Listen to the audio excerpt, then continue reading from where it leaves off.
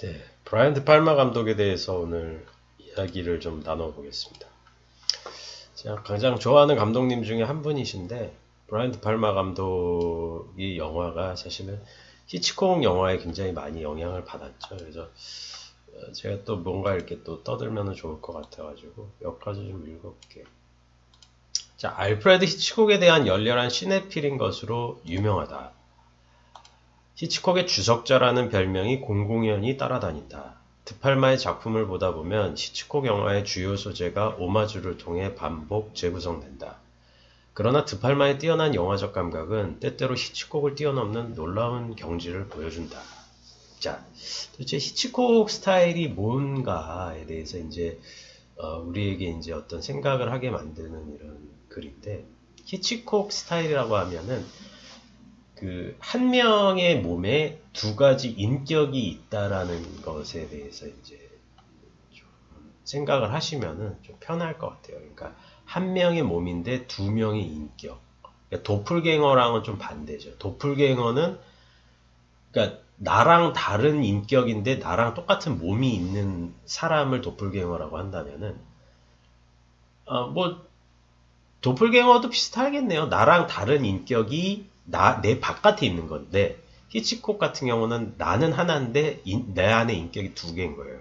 이게 사실은 이제 히치콕이 많이 이제 사용하는 그 인격적인 측면인데, 그런 캐릭터인데, 이거를 사실은 브라이언 드 팔마 감독이 굉장히 그 많이 활용을 합니다. 그러니까 뭐 어떻게 활용을 하는지 이제 조금 이제 알아보면은, 그 작품 목록 중에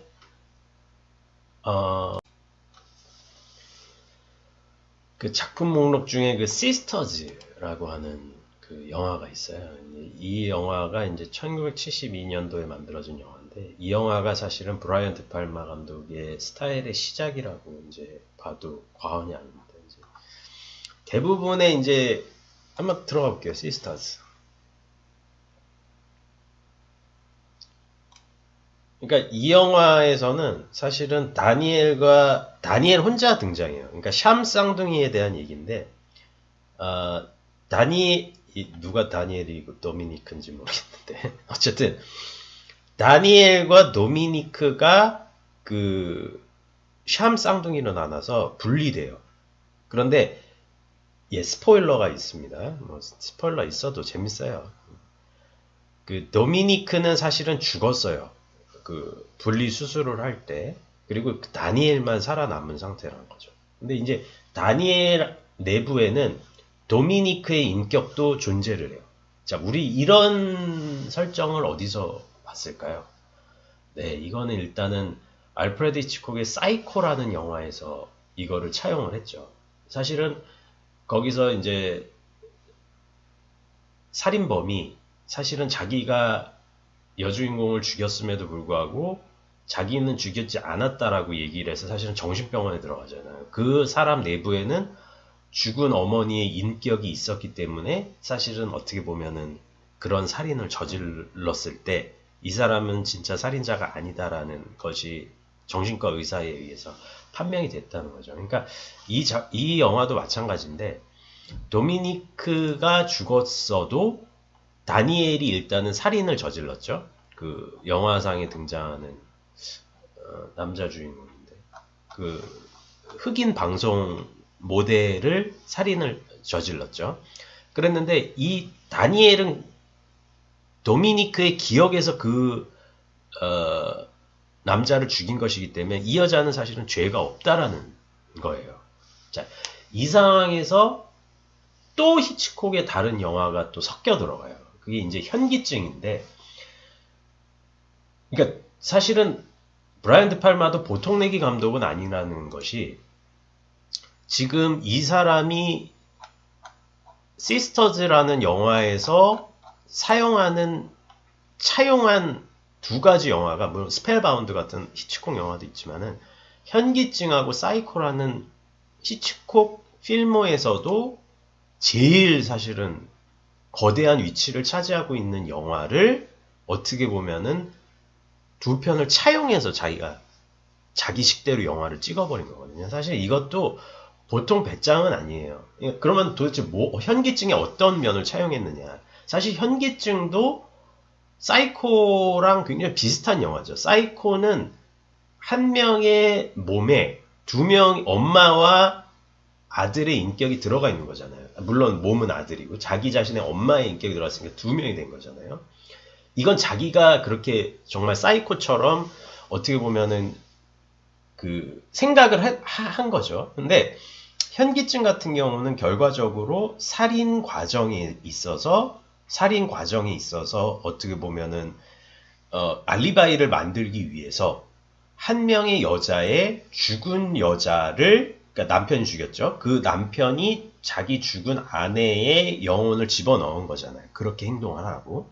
그래서 이 여자 같은 경우도 어쨌든 간에 이 여자는 타이죠.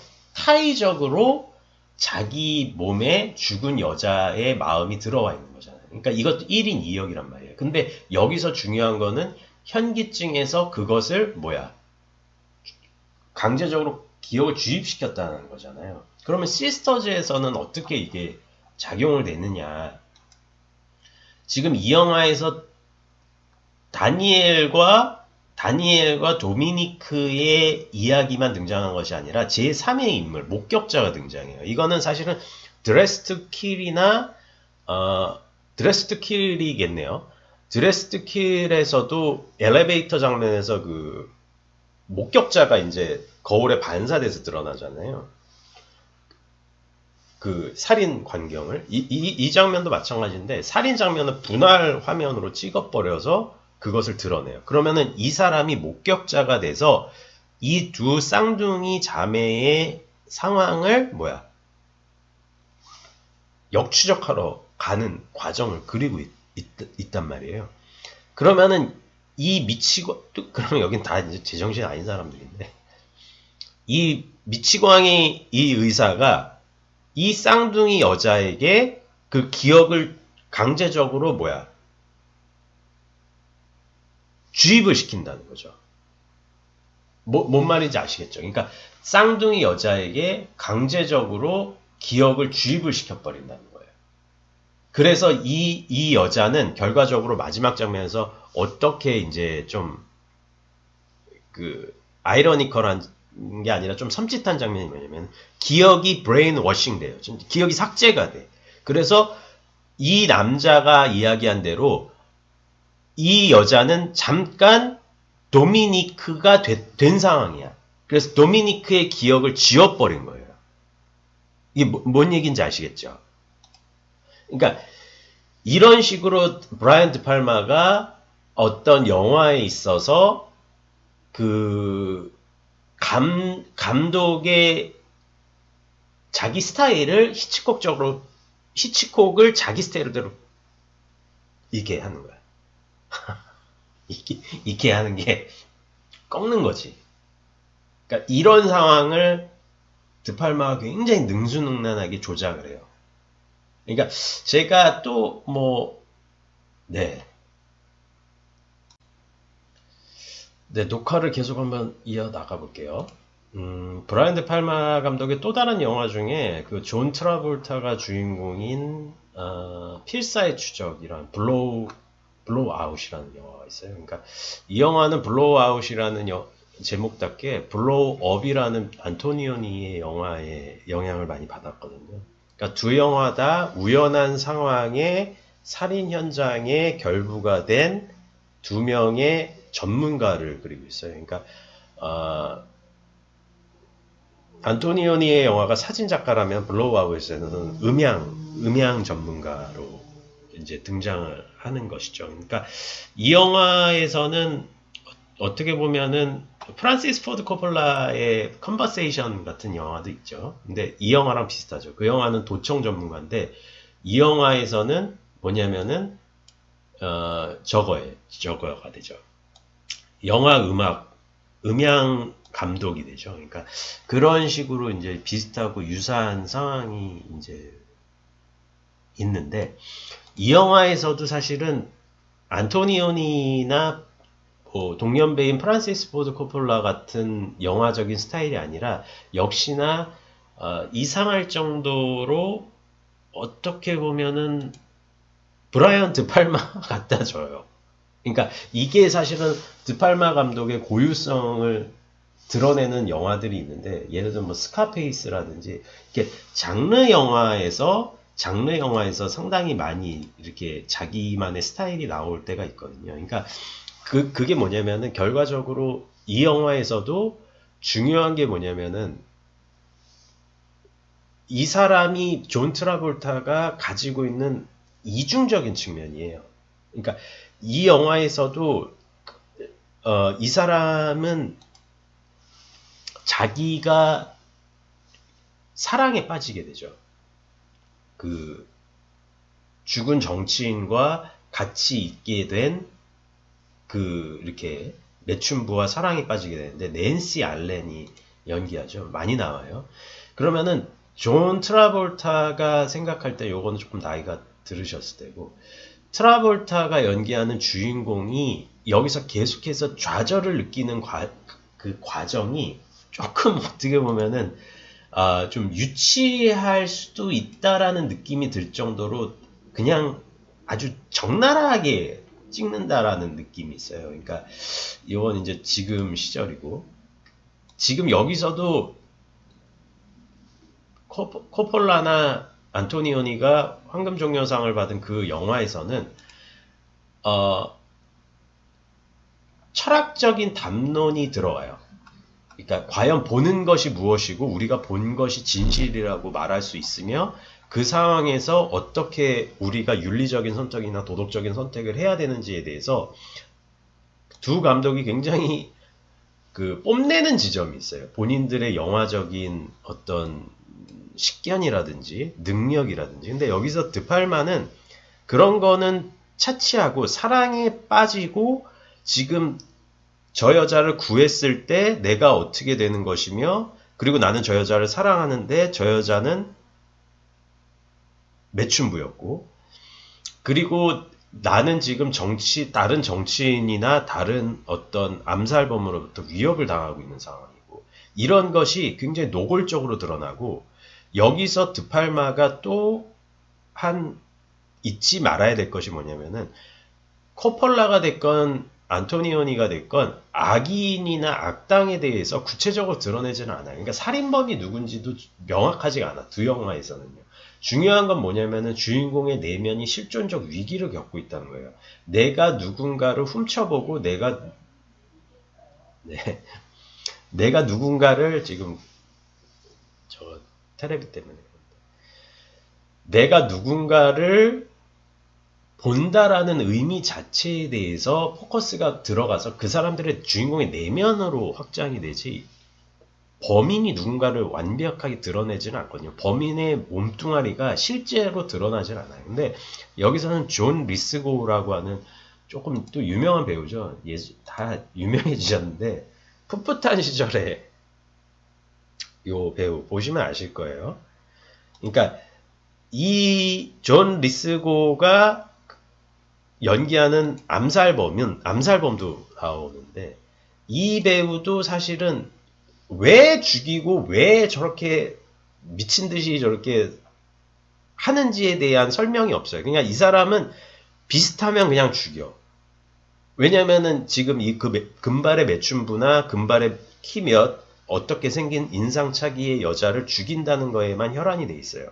그리고 이 남자는 결과적으로 트라볼타도 노리고 가거든요. 그러니까 이 과정에서 중요한 건 뭐냐면은 그야말로 스타일만 남아요. 그러니까 완전히 브라이언 드팔만의 껍데기만 남긴다는 거예요. 그러니까 물론 이 영화에서는 히치콕 같은 스타일이 많이 발견되지는 않죠. 하지만 또한 우리가 이 영화에서도 놓치지 말아야 될 것이 뭐냐면은 히치콕적인 시점샷들, 그리고 따라가는 샷들, 뭐 이런 샷들이 굉장히 여기서 많이 등장을 한다는 거예요. 그래서 뭐 이 영화도 한번 추천을 드리고요. 그리고 박찬욱 감독이 직접적으로 올드보이를 찍으면서 영향을 받은 영화 같은데, 강박관념인데 여기서는 나와 있진 않네요. 간단하게 뭐 이것도 말씀을 드려보면은 이 강박관념 뭐 유튜브 나무위키에는 없네요. 이 영화도 사실은 강도 사건 때문에 아내와 딸을 잃은 한 명의 남자가 등장을 해요. 근데 시간이 지나고 나서 자기 아내와 똑같은 모습, 그냥 똑같아요. 똑같은 모습을 한 젊은 여자를 이탈리아에서 만나게 되거든요. 그러니까 미국의 사업가예요, 주인공이. 여기서 근데 존 리스고가 악당으로 나와요. 그런데 스포일러 많아요. 근데 알고 보니까 그 똑같은 여자가 자기 딸이었던 거야. 뭔 얘기인지 아시겠죠? 그리고 또 알고 보니까 존 리스고가 그 딸을 세뇌를 시킨 거야. 네 아빠가 나한테 돈을 안 줘서 네 엄마가 죽었고 이제 너를 구할 때 돈을 쓰나 안 쓰나 한번 알아보자. 이런 똑같은 상황이 발생을 하거든요. 그러면 시점이 또 딸의 시점으로 가요. 과연 아빠가 나를 살리기 위해서 돈을 쓸까 말까. 이런 식으로 영화를 빼버린단 말이에요. 그러니까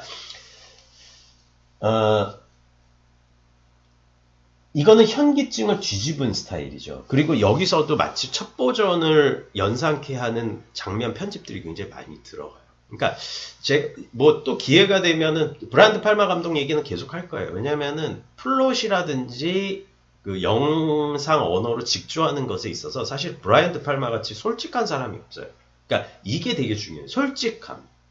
그러니까 뭐 영화를 어떻게 찍건 뭐 영화를 고상하게 찍건 영화를 상업 영화로 찍건 간에 그게 사실은 중요한 것이 아니라 영화를 찍을 때의 솔직함이 굉장히 중요하거든요. 영화적인 스타일에 있어서 뭐 고급스럽게 찍을 수는 있지만 결과적으로 영화라는 것이 1시간 40분에서 2시간 조금 넘어가는 최대, 그리고 뭐 3시간짜리 영화도 있긴 하지만 그런 분량의 시간적인 압박감이 있는 상황에서 영화가 만들어진다는 거죠. 그러니까 우리가 드팔마의 태도가 어떻게 보면 굉장히 솔직하다라고 볼 수가 있어요. 그래서 저는 굉장히 좋아하는 예술가거든요. 그리고 이렇게 영화를 찍었을 때 어떤 의미에서 또 고급적으로 보이는 지점이 있어요. 물론 좀 싸구려틱한 맛이 있어서 드팔마를 좋아하는 것도 있죠. 하지만 이게 차근차근 이 감독의 영화를 보다 보면은 단순히 이 감독을 영상적인 말초적인 신경만 자극하는 그 감독으로 볼 수 있느냐? 저는 아니라고는 봅니다. 그래서 굉장히 그 빼어난 감독님이시고 거장이시고 또 기회가 되면은 드팔마 감독 얘기와 또 이렇게 뉴 아메리칸 시네마 감독님들에 대한 이야기를 많이 좀 나눌 생각이에요. 그래서 드팔마 감독님 영화는 이 카메라가 역광이 걸려가지고 여기까지만 하겠습니다. 네, 감사합니다.